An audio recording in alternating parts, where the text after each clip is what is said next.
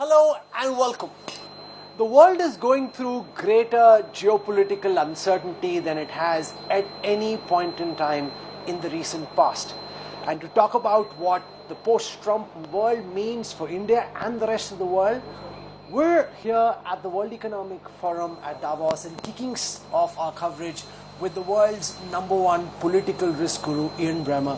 Mr. Bremmer, thank you very much for taking our time. Sure, all good to be with you. And when there's so much buzz around what Trump becoming president again could mean, who better than you, whose job it is to delve in uncertainty and probability? So thank you. Yeah, good to be back. Trump takes over, and everyone's wondering what are amongst the first few things he's likely to do. He's going to be in such a stronger position than he was last time around. So, I mean, his election agenda, his promises on deportations of illegal migrants, his promises on tariffs on other countries, I mean, these are actually going to be implemented to a much greater degree than I think anybody expects. And he's going to make much bigger demands of other countries around the world, right? He wants the Russia-Ukraine war over. He wants the Middle East wars over. He wants other countries to address and align their economies and their political decision-making more closely with the United States or else. Point is that in 2017, and you and I were in Davos in 2017, and President Trump, was not nearly as well respected, as not nearly as well listened to as he is going to be this time around. So the transition's very dramatic. So I don't know if the respect has changed very much, but his position of authority most certainly has. It's a respect for power. It's not a respect. Well, and actually, for some leaders, it's a respect for who he is. I mean, we've got the inauguration happening today, and Giorgia Meloni, a G7 world leader, is there. That would not have happened in 2017. Javier Milei from Argentina, presiding over one of the best stories in the world today economically, is going there to see him. There are a lot of leaders in the world that legitimately feel more aligned with Trump than did back in 2017. So some of it, I think, actually some of it is respect, even if you may think it's misplaced respect, but clearly respect for power. That is something that everybody is feeling right now. He also seems far more certain of what he's doing, more in control, looked at from far closer to the action. How do you see Trump 2.0 being different from what the world saw the first time? Well, domestically, Trump has control of the GOP, where in 2017, the Republicans had coattails that Trump had to ride. So not only does he have the House, does he have the Senate, does he have a 6-3 judicial majority, but also all of the appointees are loyalists to Trump. There's nobody like Mike Pence or Gary Cohn. There's nobody like Nikki Haley or Mike Pompeo or Jim Mattis. I mean, literally every person he has appointed, some of them are well respected, some of them are not, but they all share a willingness to do what Trump wants. So the first point is that he's truly consolidated power domestically. The second point is that the United States, from a relational perspective, is in a much better position than other countries. They're enemies. They're adversaries. Russia's in severe decline. Now, they weren't in 2017.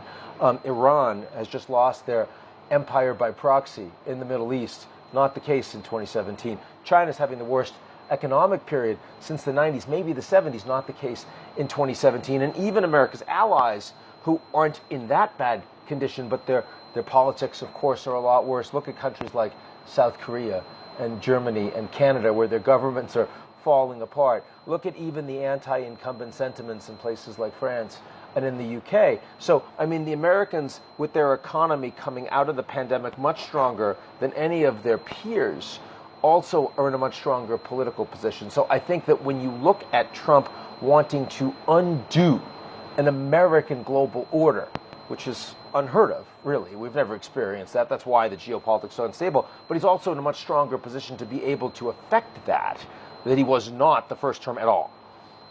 Let's spend some time on what Trump could mean for India. The one issue that's got a lot of people worked up is immigration, because A is his approach on illegal immigrants.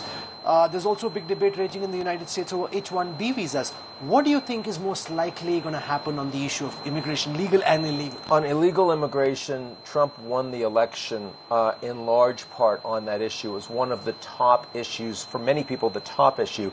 And not only that, but one that the Democrats really failed to address. So he feels very strongly about it. He feels like even if it leads to higher inflation in the United States, and it will, lower tax revenue, lower consumption, all those things are true, but he's going to address it. You are looking at 15 to 20 million illegal immigrants in the United States right now. I would not be surprised if 1 million of them are forcibly deported in the first year. Well, where will they go and who will take them? Well, they'll go back, number one. So Trump has already told the Mexicans, if you're not willing to take everybody, including some from countries that came through Mexico but aren't necessarily from Mexico. The president of Mexico, Claudia Sheinbaum, has said she doesn't want to do that, but we know that there's a negotiation there. So, the reality is they're not going to be welcome in the United States, and America can cause a lot of damage if you are the country that they came from and you refuse to deal with that, you refuse to engage. So those numbers are going to be big. On the H-1Bs, you saw the fight between Elon Musk, Vivek Ramaswamy, who looks like he's already forced out of Doge and it hasn't even started yet. That's quite something. Level of uncertainty among the appointees is always a question, but they very much support H-1Bs and legal immigration, especially among more skilled workers, but a lot of what I would call deep MAGA, as opposed to dark MAGA, not the globalists, but instead the populists that support Trump.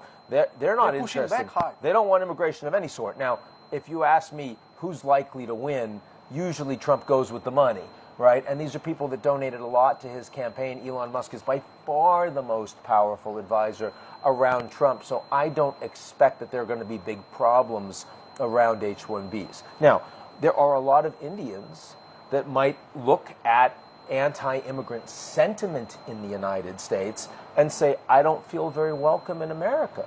The Statue of Liberty today doesn't reflect American values.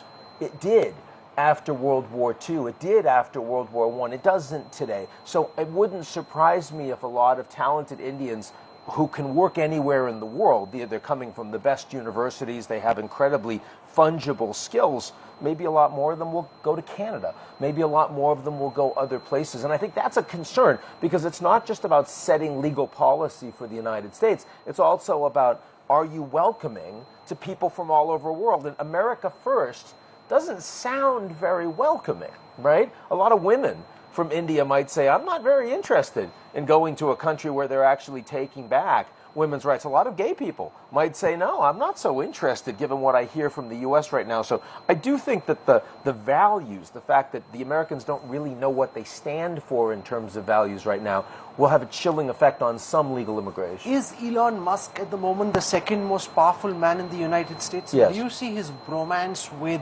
Donald Trump continue, or could these two mercurial people have a blowout? He's clearly the most powerful not president in the United States. And in some ways that was true even before Trump was elected, given his role in the public square, given his role in the military, industrial, technological complex with SpaceX in particular.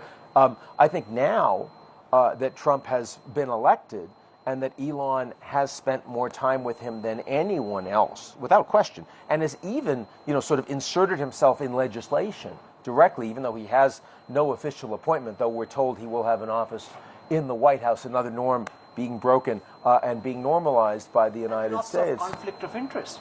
Lots of conflict of interest. How can that not matter? Lots of conflict of interest with Trump setting up for himself and for his wife cryptocurrencies that people are putting billions of dollars into. None of this is normal. None of this is leading by example. If Narendra Modi were to have meetings with a head of state or a CEO and bring in Gautam Adani, I promise you, in Davos, they would be calling India a banana republic. They would say, what are you doing?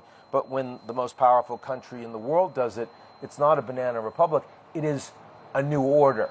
It's a new way of doing things, and you have to react to it. So what's happening is that we are embracing what I call a G0 world, right? The law of the jungle, that the strong do what they want and the weak suffer what they must. And that's a very dangerous position to be in. It's not one that people expected from the world, and specifically not from the United States since the Soviet Union collapsed. Look, American values, as you and I know, and we've debated this before, they're frequently hypocritical. They're not equally implemented. It's not like the United States has always been a paragon of exceptionalism around the world. Look at the wars in Iraq and Afghanistan. Look in Guantanamo. Look at the financial crisis. All of these things. And yet, at the end of the day, the United States was still a country that you would say was standing up for U.S.-led multilateral institutions, was standing up for a global free market with rule of law, was standing up for collective security, was standing up for democracy, right? That is clearly not the case anymore. That is being decisively rejected by President Trump and his administration. And I think that is going to drive enormous uncertainty in the world. I want to bring you back to that question of whether Trump and Musk continue to cohabit and work together. Will they have a likely blowout? I don't think that they're going to blow up. A couple of points here. First of all, Musk himself, people say, oh, he's on the spectrum, you can't contain him, you know, he says whatever he wants, and so he's going to upset Trump somehow. I don't see that at all. Elon Musk has never said a bad word about Xi Jinping, sure. Not once, right? And the Indians know this very well. Sure. He's very careful. Is it because suddenly his brain works when it comes to China and it doesn't when it... No. He knows exactly what he's doing. It is useful for him economically. Trump is more important for Elon Musk than Xi Jinping, very clearly. Elon is now in the position to become the most important member, the most powerful member of the American military-industrial technological complex, arguably the most powerful institutional space in the world. No one else is close. So Elon is going to be very careful not to screw that up. Meanwhile, Trump has always been effective at managing people that are much more rich and powerful than he is. And Elon is particularly powerful in the ways that matter to Trump. It's not like he has a big army, but he has hundreds of millions of people that follow him. He makes headlines. Trump cares about that. He gave $250 million to the Trump administration. Trump cares about that. He can use Elon as his bomb thrower in chief. And that basically is the role that he's playing when you look at what Elon's been saying about the Germans, the French, the Canadians, the Brits, American allies. Some of those tweets, Trump has been looking at Elon and his phone when Elon put them out. So it's not like Elon is doing it in secret and then Trump is getting angry. They're workshopping this You stuff. think so? When I know that for a fact. Elon Musk pushes in favor of the German far-right party or against the current government in the United Kingdom, or about Canada, making fun of the current Prime Minister, you think that's happening in cahoots with Donald Trump?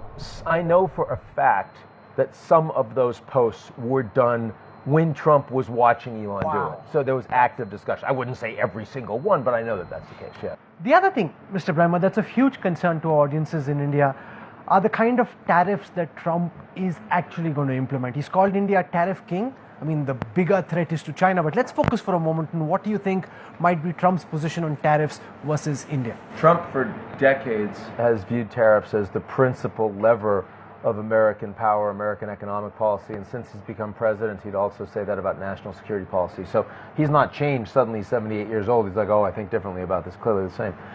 Also, something that your viewers probably don't know is that the key economic cabinet members are not going to be confirmed in place until probably the end of February at the earliest, which means for the initial weeks, you have a lot of the White House advisors who are much harder line on tariffs that are going to be working to implement policy fast. So certainly on China, I expect that Trump is going to come out of the box quite quickly and put additional tariffs on the Chinese. Wouldn't surprise me if we see that in places like Canada and Mexico too. So what kind of tariffs? Because he's spoken from 25 to 60s, there's a wide spectrum. Where do you think he'll actually end up? I think with the Chinese, he probably starts somewhere around an average of, 25% tariffs across the board. It's not going to be 60. But in all of these are negotiating points. Sure. All of these are points meant to maximize leverage by the Americans to get other countries to respond. But he wants to show that he's serious about this right out of the gate. And he also doesn't want countries to think that they can avoid, sort of American power. And that'll be true for India, too. For India, I think, and you and I have said this before, India is the one major country out there that was always going to do well, irrespective of whether Kamala Harris or Trump became president. That's still true. Nothing has changed there. Will he implement tariffs on India? Extra tariffs? It wouldn't surprise me if on some goods you actually were to see the Americans put a squeeze on India. But I think it'll be more about aligning Indian technology with the United States, and that's a fairly comfortable set of asks for the Indian government. So I don't see anything close to a crisis coming here.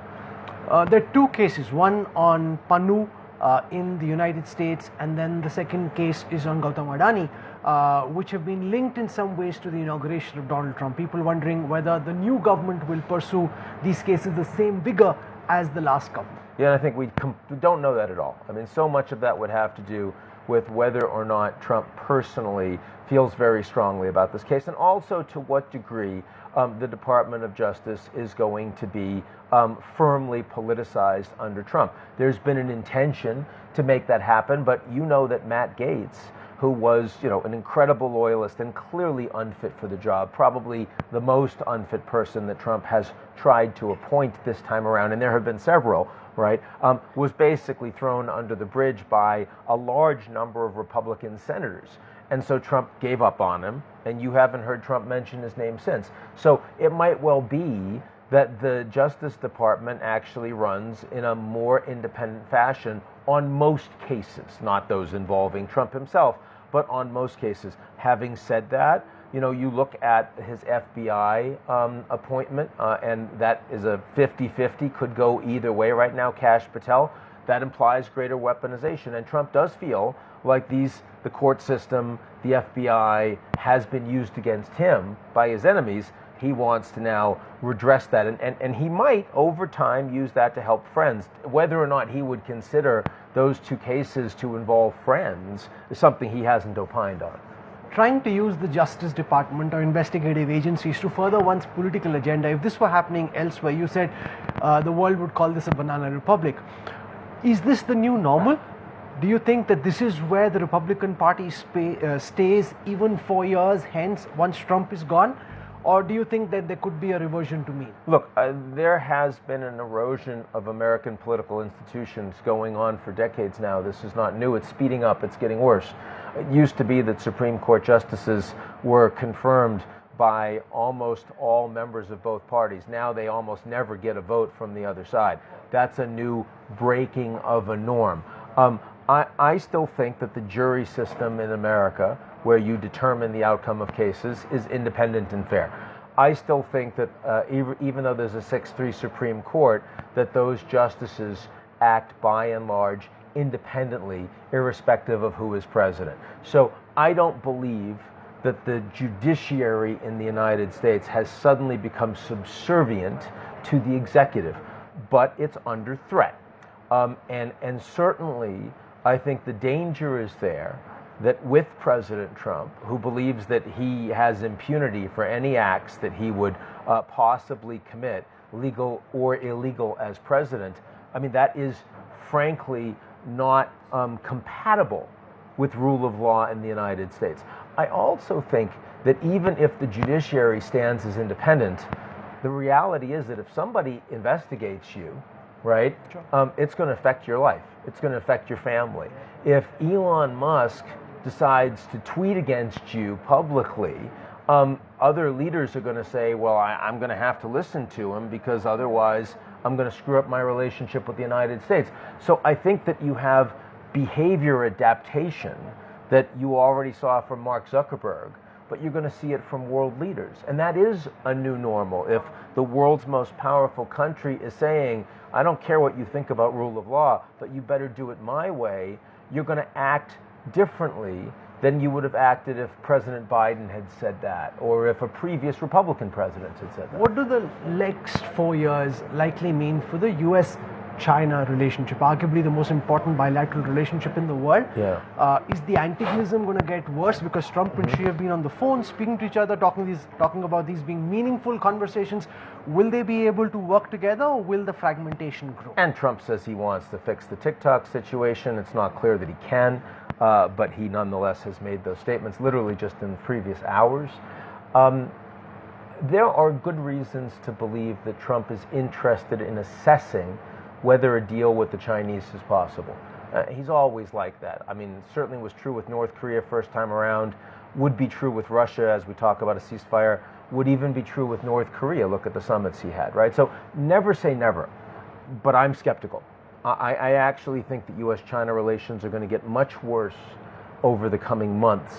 And I think one reason for that is because the U.S.-China relationship is actually very complicated. There are a large number of issues where there's no trust and there's real confrontation. And one of the reasons why Biden was successful in stabilizing that relationship is because he put a lot of effort into the actual engagement. He set up 25 high-level channels between the two countries, and they were working those channels regularly. I see no circumstance when that's going to happen under Trump. So Trump will say, I'll have a meeting with Xi and it'll be a good meeting. That's not the way things get done in China. Sure. You actually have to engage throughout the Communist Party in all of these areas, some of which have a fair amount of, I wouldn't call it independence, but at least input into the system. And there are so many areas where the GOP is strongly angry with China, where Trump's national security top advisors are all very angry with China. I don't see it. Instead, I see tariffs. I see a tougher national security environment, and I think the U.S.-China relationship is heading for a trade war. How should India navigate this coming trade war? There's a lot of talk of how China plus one could be advantageous to India. It hasn't fully panned out that way. What, from the outside, are your recommendations of how India could make the most of the situation that's unraveling around us? Look, India is privileged because of all the countries that want to hedge between the U.S. and China. India is the strongest, India is the biggest, right? So you have more capacity to hedge than Mexico.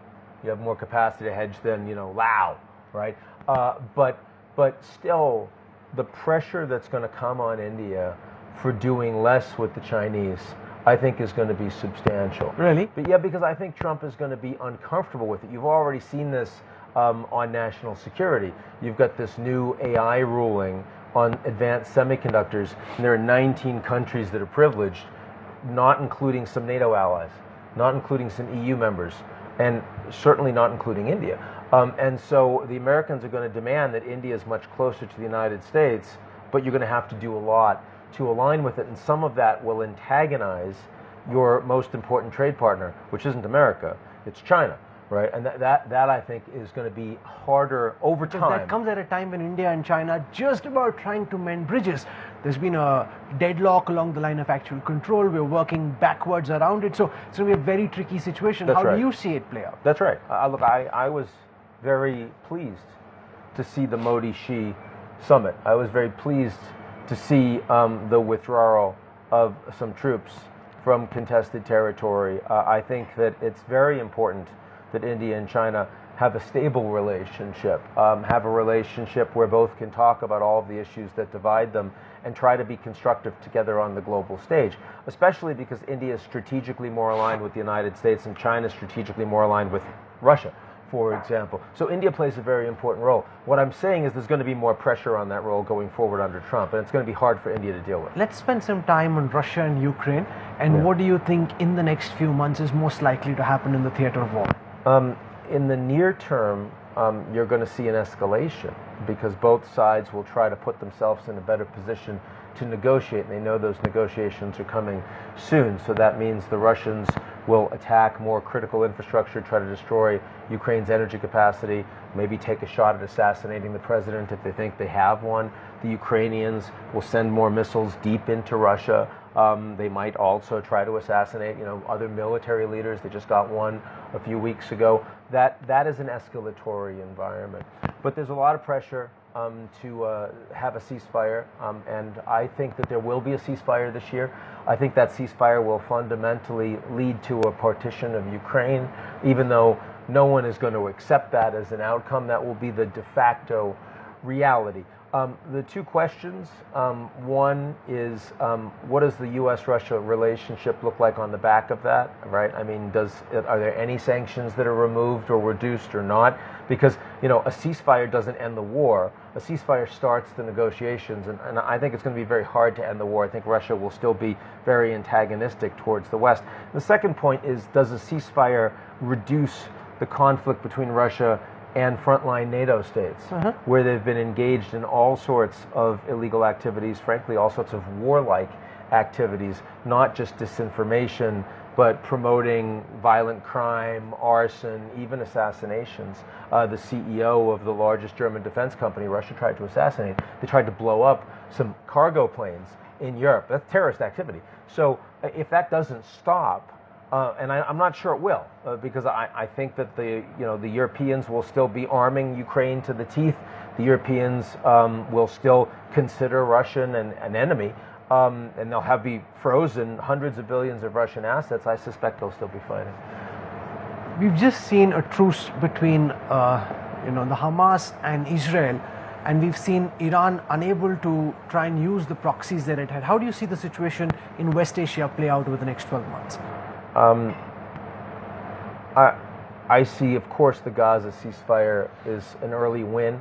I expect Trump will get a lot of early wins because he's in such a strong position. This is one of the first. It's 42 days. There's 33 hostages that are being released. Will that lead to a phase 2 agreement? Maybe. I'm not sure. I think that Israel's more interested in continuing the fighting afterwards, and as long as Trump gets the American hostages out, I'm not sure he cares as much, right? He already gets to announce, look what I did. But the bigger danger, the war is not going to be what it was 6 months ago. There's not as much for the Israelis to hit. Hamas doesn't have the military capabilities. Hezbollah, how much of its structure still stands, the organizational structure? Well, its military capabilities are largely gone. The tunnels are gone. The weapons caches have been blown up. Now, the people that are willing to fight, that remains pretty robust, because if you're Palestinian, it's not like in Gaza, it's not like you have, sort of employment opportunities. And these are people that are becoming more radicalized by the day, given the nature and the extent of the war. So I think that if Hamas is an army, they're much weaker. If Hamas is an idea, then they're much stronger. And the truth is somewhere in the middle. Hezbollah, of course, is much weaker. Hezbollah was stronger than Hamas. They were the strongest non-government military operation in the world. And why did all Iran these capitulate in the way they did? The Syrian regime, all of Iran's proxies, which were so wanted in geopolitical circles, thought of as being a very strong counter to Israel and the United States, they just seem to have come apart. Well, why did they collapse so spectacularly? The main reason is that Israel has escalation dominance in the military, in intelligence, and in both defensive and offensive capabilities, so that there's no longer any deterrence on the part of those leaders. So Israel can do what they want against Hezbollah. No one can stop them. The Iranians can't threaten Israel, oh, don't do that or we'll blow you up. No, you don't have the ability to get missiles to target and kill Israelis. And if you do, they'll destroy your regime. So, the reality is Israel, with very strong support from the United States, Biden and Trump, are able to determine the pace and the level of all of these wars.